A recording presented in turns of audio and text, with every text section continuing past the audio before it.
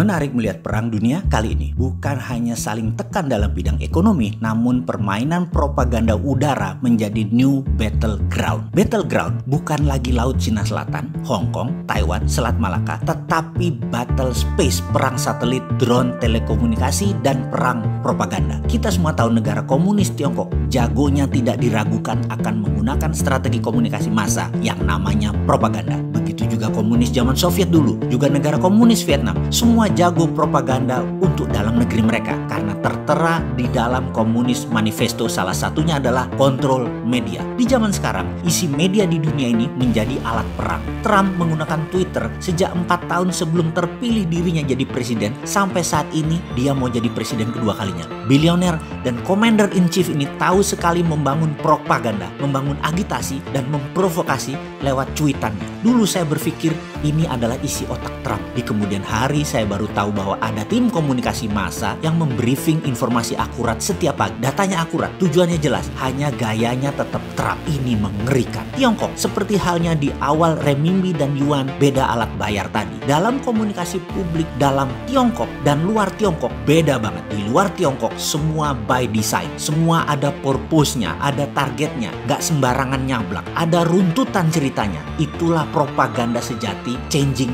mindset. Pencitraan Tiongkok sebagai negara budaya, negara ekonomi, civilian country dikemas cantik sehingga soft masuknya ke dalam pikiran penerima informasi, yaitu seakan-akan Tiongkok baik, memberi uang, memberi bantuan. Semua propaganda ini diorkestra dengan baik. Tiongkok baru lakukan itu sejak tahun 2013. Trump di sisi lain bermain devil, iblis, belak-belakan, anti Tiongkok, anti global supply chains, sangat nasionalis, rasis, percaya pada white supremacy, dan sekali lagi bagi saya, kedua negara tersebut berbahaya untuk kedaulatan negara Indonesia. Hati-hati bermain dengan keduanya. Rapat duduk lama, pelajari, inteli, strategikan, dan melihat dengan dalam setiap gerakan keduanya. Bahkan surat mereka, respon telepon mereka, perkataan mereka, janji-janji mereka, gerakan fisik mereka, semua setiap detik dilihat, diobserv, diawasi, diteliti, dipelajari, dibuatkan knowledge-nya. Berita yang mereka bangun, pejabat yang mereka pilih, semua diperhatikan, semua dicurigai, semua disiapkan counterpart action-nya. Walaupun ternyata salah analisa threat-nya, tidak apa-apa. Karena apa yang terjadi kalau mereka semua serigala berbulu domba dan serigala itu sudah masuk ke dalam? Ini berbahaya. Apalagi sudah masuknya ke hati, sudah jatuh hati, otak koslet. Saya dari dulu mengatakan otak manusia itu bekerja selama 24 jam dari sejak Anda lahir sampai Anda jatuh cinta. Begitu Anda jatuh cinta, otak Anda berhenti bekerja, dan jatuh cinta itu pakai hati.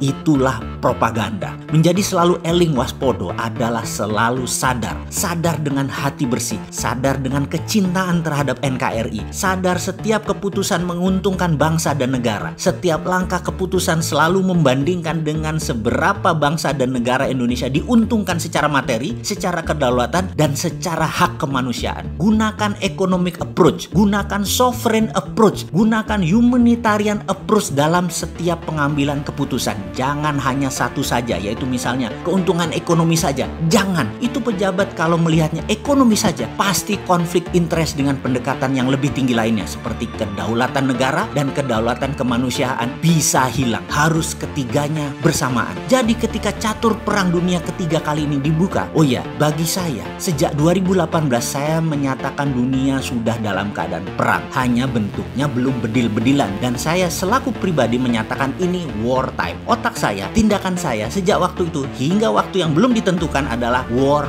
mode. Saya melihat manuver Rusia hampir 3 bulan ini sejak minyak mentah di drop ke level belasan dolar dan berkutat di 20 dolaran per barel, di mana ini di bawah harga produksi crude oil di Rusia yang merugikan Rusia. Kok Rusia belum bertindak, belum membalas? Kok Rusia belum bereaksi seperti biasanya? Untuk itu terus data kita kumpulkan, dan mata panah ada di seorang mantan pejabat, mantan state secretary yang dipecat oleh Trump, Rex Tillerson, yang saat ini bolak-balik ke Gedung Putih dipanggil 8 Shadow Man. Rex, semua orang tahu dia sahabat Putin, dan sejak 3 bulan ini intens membangun diskusi panjang atas nama Trump ke Rusia. Menarik, gila emang perang kali ini. Rusia di belakang Amerika kalau Amerika perang dengan Tiongkok. Saya sebenarnya masih belum percaya, namun dinaikkan harga beli gas oleh Eropa, negara Eropa Barat, tentunya atas go ahead-nya Amerika, membuat Rusia nggak masalah dengan harga minyak yang rendah karena dia untung dari harga gas yang tinggi. Rupanya ini adalah strategi strategi yang cukup pintar dimainkan oleh Trump. Rusia yang terlihat agak kalah dengan MBS Muhammad bin Salman dalam memainkan harga minyak dan stok produksi crude oil, rupanya karena sudah menang di tempat lain adalah drama kelas dunia. Kalah drakor kalau kayak gitu. Sementara kita dengan terpaksa menyetujui wejangan Sunda Empire akan tatanan dunia baru atau new normal yang jauh-jauh hari sebelum Jenderal Rangga pidato banyak yang meremehkan bahkan sampai sekarang sih. Tapi kok prediksinya bener gitu loh. Yang dia katakan Agustus 2020 adalah batas akhir negara di dunia untuk mendaftar ulang kembali karena dunia berantakan. Karena kejadian beneran perang Tiongkok dan Amerika. Tapi jadi mikir saya, oh iya, Indonesia udah daftar ulang nggak? Kalau tatanan dunia baru Agustus ini mau dilaksanakan seluruh Indonesia supaya new normal sukses. Tapi kalau dipikir-pikir malu loh, ramalan Sunda Empire jadi kenyataan. Jangan sampai deh.